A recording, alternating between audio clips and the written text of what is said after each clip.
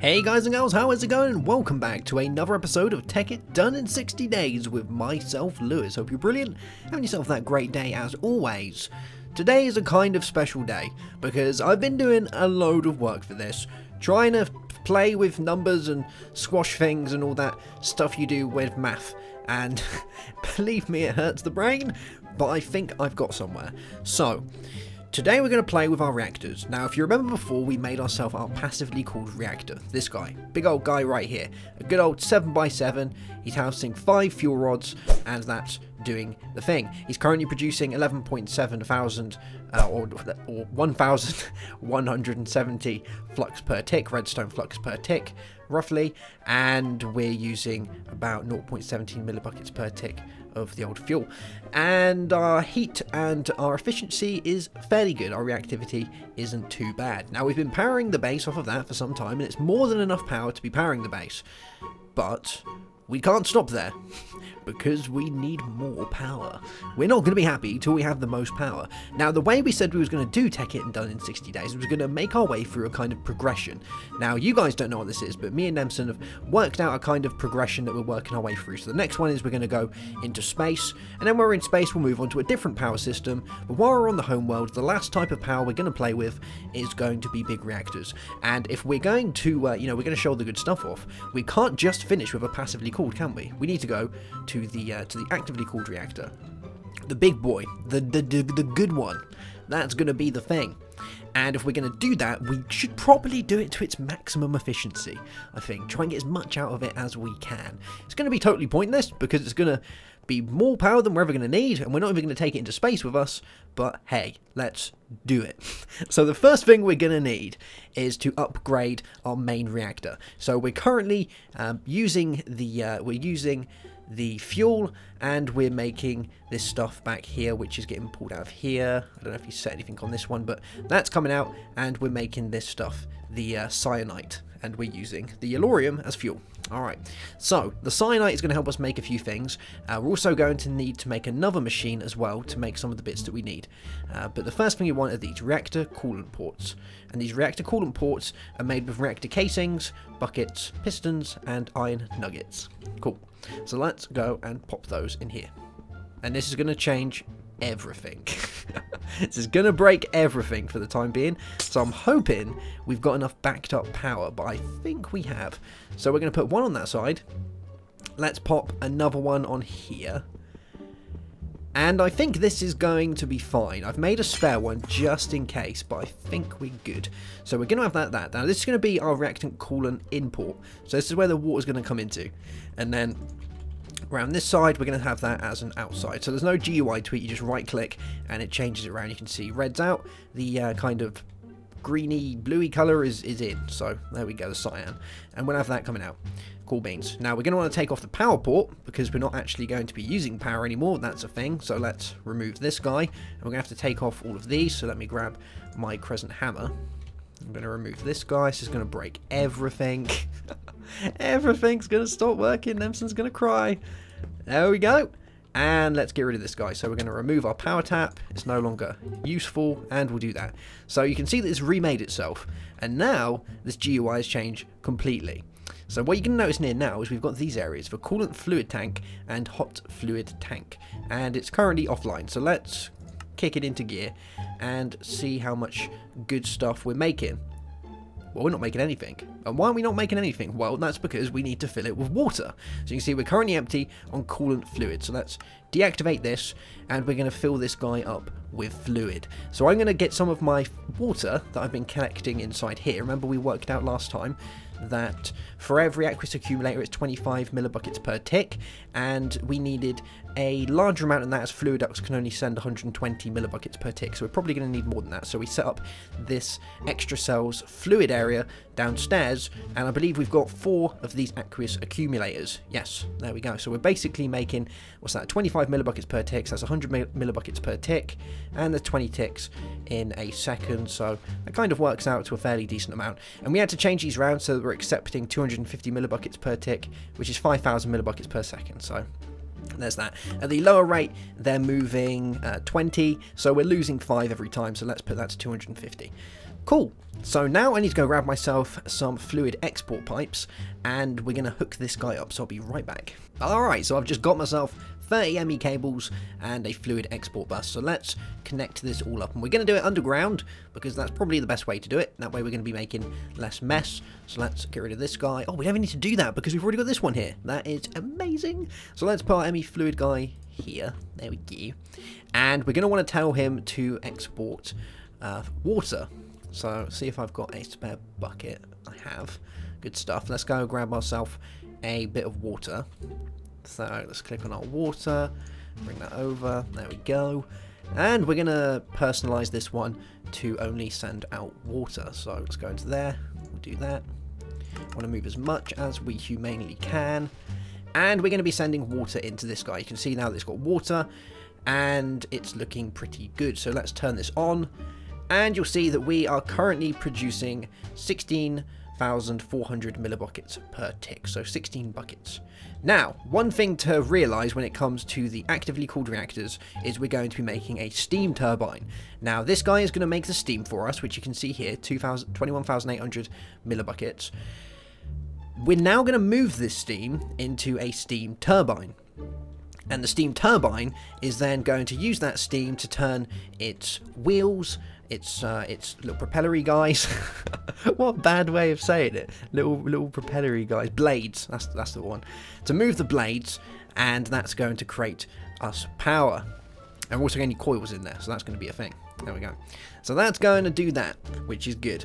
Now we're going to have the steam coming out of this separate port, and that's going to probably go back into our system, because I think that's going to be a good way of doing it. So let's have a little gander in here and see if I've got any fluid export. I want import. No, import. Here we go. Yeah, lovely jubbly. Nemsun knew I was coming. So I want to import fluid like that. Alright, so let's go have a looky-see over here. Now, 3 or 5 fluid types.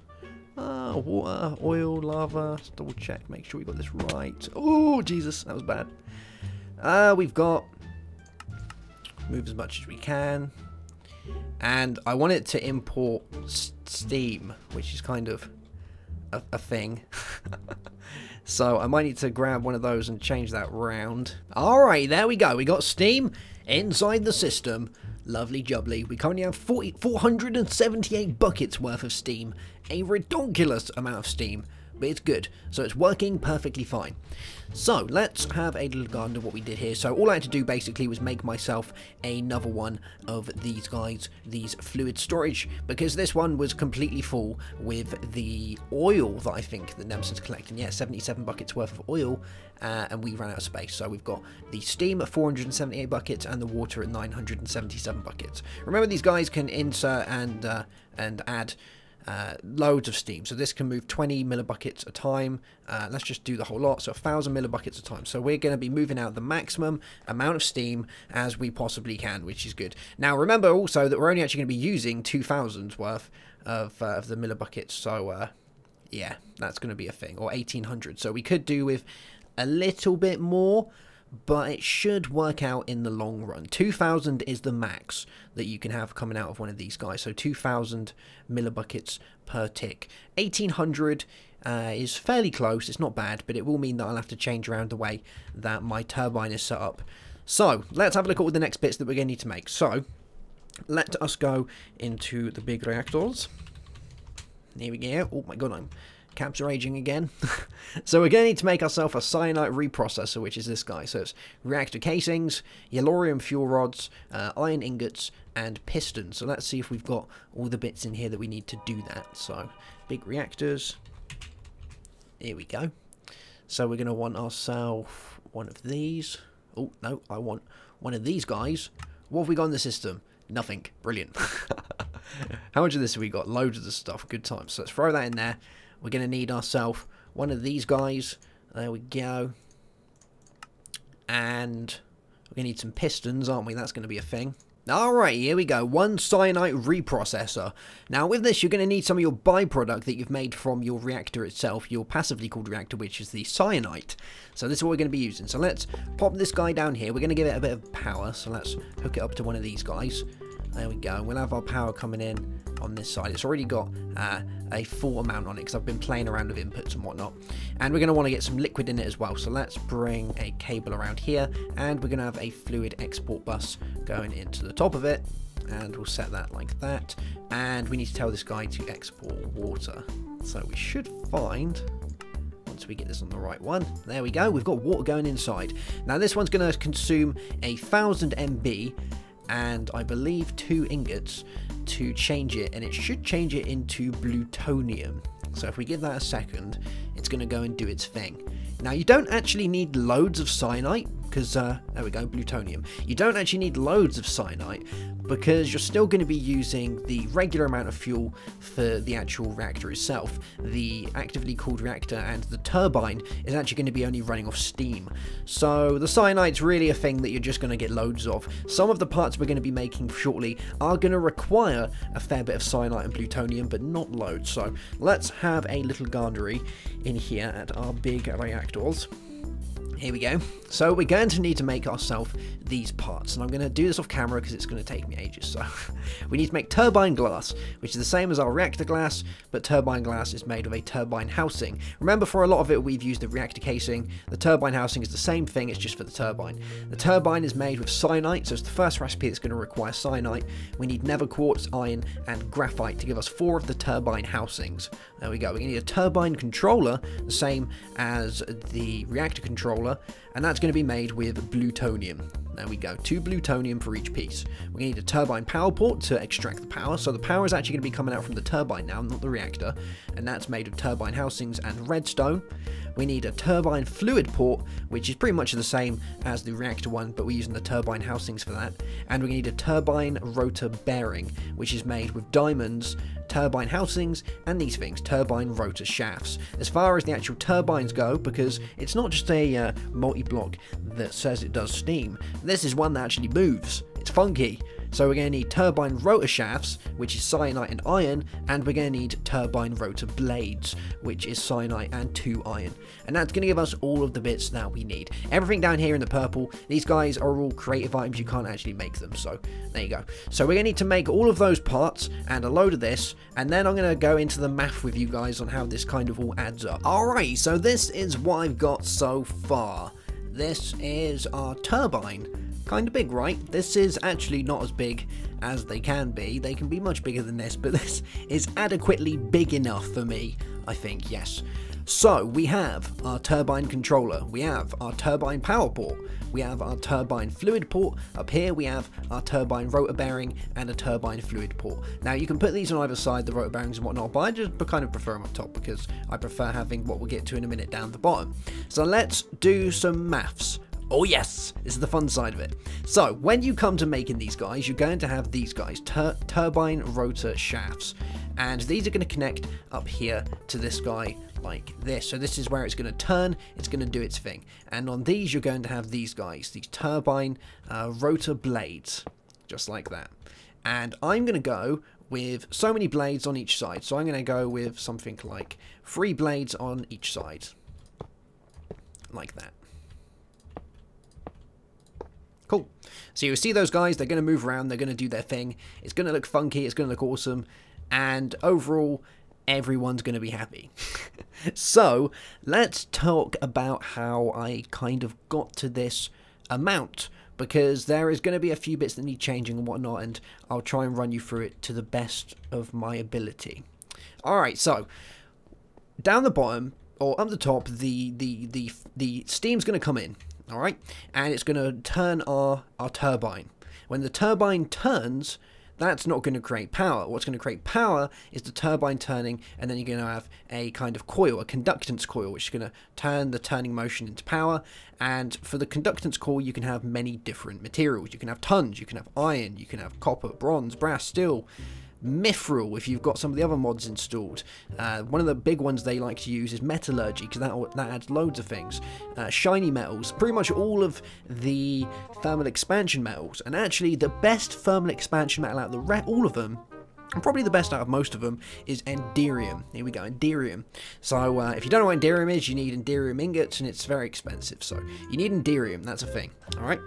Now, depending on what kind of setup you're going for, so whether you're going for a high speed or a low speed setup depends very much on how many rotor bearings and things that you're going to need. So let's have a little gandery over here. This is my wall of confusing stuff, and I'll try and explain. This is more for me than it is for you, but I'll try and explain as much as I can. So Enderium has a cost, has like a cost that it needs. So for every Enderium block, okay, its cost is around 54.13 steam. If we was going to use like iron, it'd be around about 18.13 steam. Copper would be somewhere around about the 23, and that's kind of just how it works. But the Enderium costs more steam, but it in turn gives more power. So that's the main thing. So what we need to do is we need to work this out. So if we're producing 1,800 steam, how many of these Enderium blocks are we going to need to get as much as we can out of it? So if we take 8 into 100 and divide it by 54.13, we get 33.25. And obviously we can't have 0.25 in there, so I'm going to round down to 33 blocks, which is going to be that. Each one will be an 8x8, so if we go over here and get this as looking the best that we can, so remember we need an area in the middle, so it would be kind of like this, like that. We'd have one, and we'd try and fit as many as we can, so there's that. There's those guys. And we've got one left. There we go.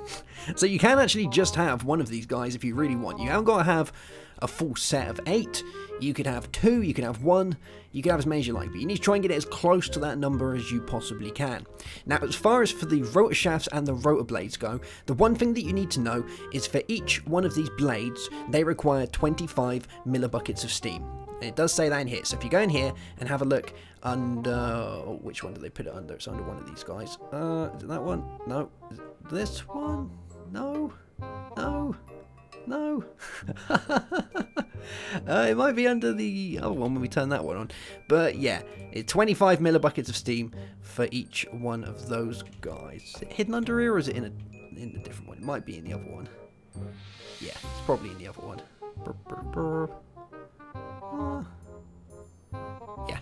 Yeah. So for every one of those guys, you need 25. Okay. Now, dependent on the size that you want, depends very much on the size that or the amount of rotors that you need. So more rotors and less rotors very much kind of pull towards whether you want a high speed or a low speed. Now, when these turn, they'll all turn at rotations per minute. That's like RPM. So low speed has a good area, and high speed has a good little area as well. Do you know what? We'll probably get into that in a little bit more, because trying to explain that without showing you is a little bit awkward. So let me get the rest of this together, and then I'll explain the rotor amounts, and then we'll be able to look into it a bit more. And here we go. That is the finished product. Check that guy out, doing his thing, going mental, doing all the spinning. I've got it 95% as best as I can. It still needs a little bit of tweaking to get it right, but I want to show you guys what I've got pretty much done. It's there. If we have a look inside the control panel, I can explain this a little bit better. So you can see we've got our Enderium blocks, we've got our rotor blades and our assemblies, and currently on there we have a set of 4, which are all full, so we have 3 on each one. So that's what's that? It's 3 from each blade side. So we've got, what's that? 3, 4, 8, 12. So we've got 12 blades on each one. And then we've got another one down here with an additional 3. No, we've got 3. What's that? 3, 6. We've got 6 on the bottom. So one with just 6, which is doing its thing. So if we have a look inside our turbine controller, I'll try and explain this the best as I can. So the max flow that you want is always going to be the max flow that's coming out of your reactor here. And our reactor is producing 18,000 millibuckets per tick. So we want it set at that to get max efficiency. And once you've got your max efficiency of 18,000 millibuckets per tick, you want to make sure it matches in here. The next thing you want to do once you've done that is you then want to work out, like I said, how many of the blocks you need, the block type you want to use, and depending on the block type, the amount of steam you're going to need to power each individual block. So that's one thing you need to work out. Remember, the Enderium I worked out was around about 54.13 if we're going for a high speed, which we are. Then we've got that. So if I go over here and quickly show you in here. So, if you look at this rotor speed bar here, you'll see that we have dark blue, light blue, green, light blue, green. Green are the areas that you want to be sat in. You can see that we're capping the top green here. We're just sitting happily in the middle, alright? Now, what you want to try and do for a low speed one, you want to sit around 900 RPM. That is the sweet spot for a low speed. For a high speed, you want to sit at around 1800 RPM. But anywhere inside the green, and you've got it. That is, you've got a perfectly good one. You set it up just right. But if you can get 1800 bang on the dot, now that's amazing. That's going to be really good. But to do that, it's going to be kind of hard because you're going to end up with decimal points of the amount of turbines and things you need. And that's just it's going to be pretty hard to get that spot on. But there we go. So mine is still going up, just really slowly. But we've settled at about 1,753. Remember, it's 1800 RPM for the amount, the sweet spot, the amazing spot, the godly glorious spot, which I could possibly get nearer to by changing things around a little bit. Now, one thing you can also look at is the rotor efficiency. So this is what I was talking about earlier. So rotor blades can only fully capture energy from 25 millibuckets of fluid per blade. Efficiency drops as the flow of input fluid rises past capacity.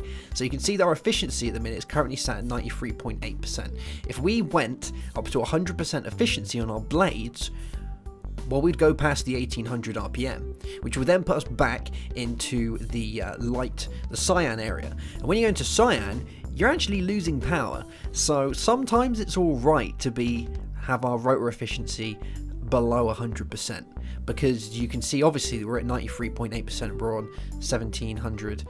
Was at 1750. If we added another, what's that, like 6%, that would then throw us well above that. So yeah, we need to try and make sure that we can get a happy medium, and we're kind of there. We're making 20,000 RF per tick, which is a massive improvement on the last one, although this costs a monstrous amount of materials to make, this size, the Enderium alone.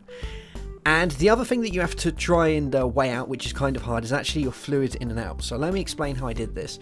Now, I actually changed things around quite a bit, because the setup we had of the fluid ducts, as much as I tried to measure it out, just wasn't cutting it. I needed more aqueous accumulators, so I changed it slightly. So what we've got here is we've got a tesseract that's pulling the steam out of our reactor. Then if we go up here, we've got another tesseract putting the steam into our turbine through our for one of these inputs up here. This is another input I was playing around with earlier. We're not using that one. I could knock that one out if I wanted to.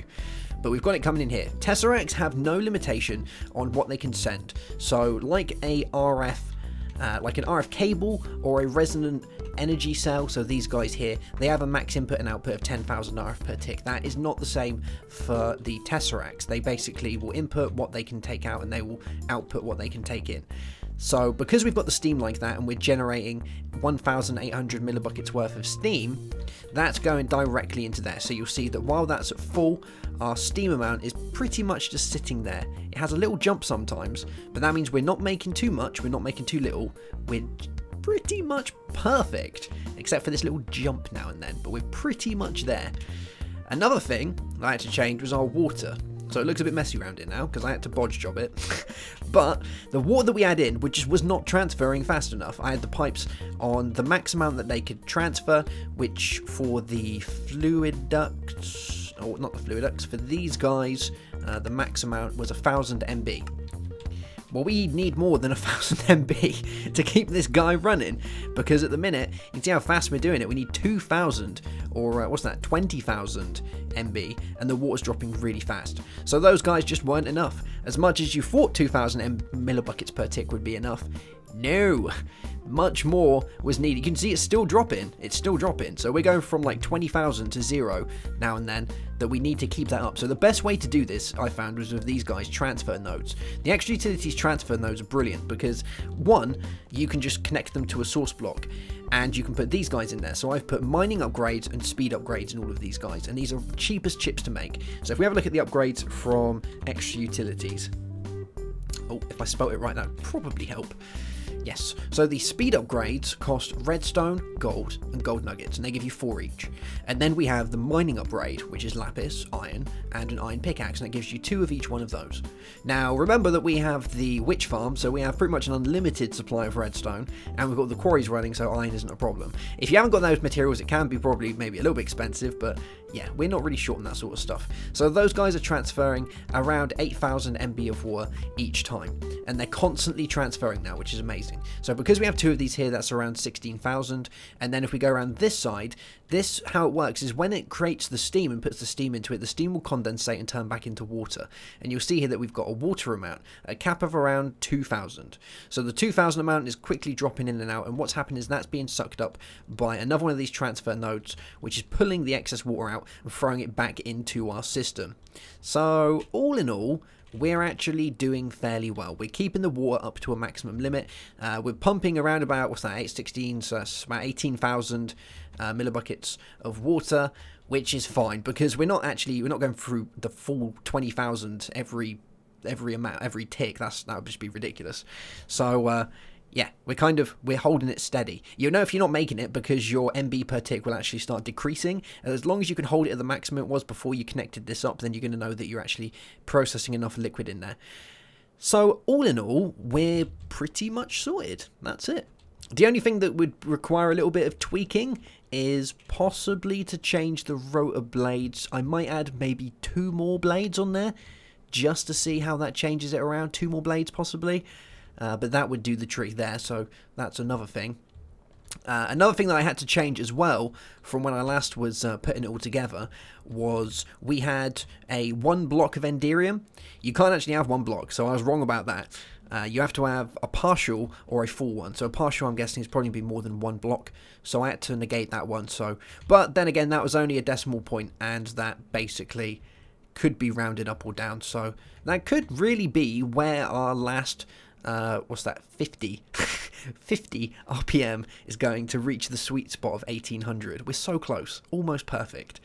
And yeah, that literally could be it. If we had that 1 extra on there, which what we worked out was, what was that, 33.25 for our Enderium.